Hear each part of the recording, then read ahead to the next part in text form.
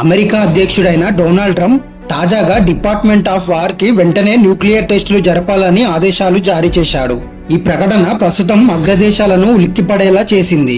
ఇంతకు Donald Trump sudden గా ఇలాంటి నిర్ణయం తీసుకోవడానికి అసలు కారణం ఏంటనేది తెలుసుకుందాం. ప్రస్తుతం రష్యా, చైనాలు అటు డిఫెన్స్ పరంగా ఇటు వాణిజ్య పరంగా అమెరికాకు పెద్ద తలనొప్పిగా మారాయి. దీనికి తోడు ఆయుధ సంపత్తిలో రష్యా 2వ స్థానం, చైనా 3వ స్థానంలో ఉండడంతో వచ్చే 5 ఏళ్లలో పరిస్థితులు మారి ఈ రెండు దేశాలు అమెరికాను అధిగమించినా ఆశ్చర్యపడనక్కర్లేదని ట్రంప్ వ్యాఖ్యానించాడు.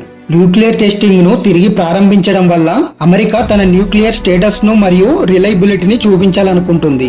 ఒక విధంగా చెప్పాలంటే ఇదొక షో ఆఫ్ ఫోర్స్ అని చెప్పవచ్చు. దీని ద్వారా అమెరికాకు శక్తి ఎప్పటికీ తగ్గదని మిత్రదేశాలకు డిమాన్స్ట్రేట్ చేయడం లాంటిది. అయితే న్యూక్లియర్ టెస్టింగ్ ను తిరిగి ప్రారంభించడం అనేది major technical, physical and financial తో కూడుకున్న పెద్ద సవాల్ అని చెప్పవచ్చు. వాస్తవంగా ఈ ప్రకటన రష్యా, చైనాలకు పరోక్షంగా వార్నింగ్ ఇచ్చినా ఇది నిజంగా పూర్తి అండర్ గ్రౌండ్ టెస్టా లేదా అబోవ్ గ్రౌండ్ టెస్టా అనేది డొనాల్డ్ ట్రంప్ స్పష్టతనివ్వలేదు. అటు ప్రపంచ వ్యాప్తంగా న్యూక్లియర్ నిరోధక ఒప్పందాలు, గైడ్ లైన్స్ ఉన్నా కూడా ట్రంప్ ఇలాంటి నిర్ణయం తీసుకోవడం అంతర్జాతీయ ఉల్లంఘనే అవుతుంది. అమెరికా యొక్క న్యూక్లియర్ టెస్టులపై మీ అభిప్రాయాన్ని కామెంట్ రూపంలో తెలియజేయండి. అలాగే వీడియో నచ్చితే లైక్ చేసి భారత్ నాలెడ్జ్ ని సబ్స్క్రైబ్ చేసి సపోర్ట్ చేయండి.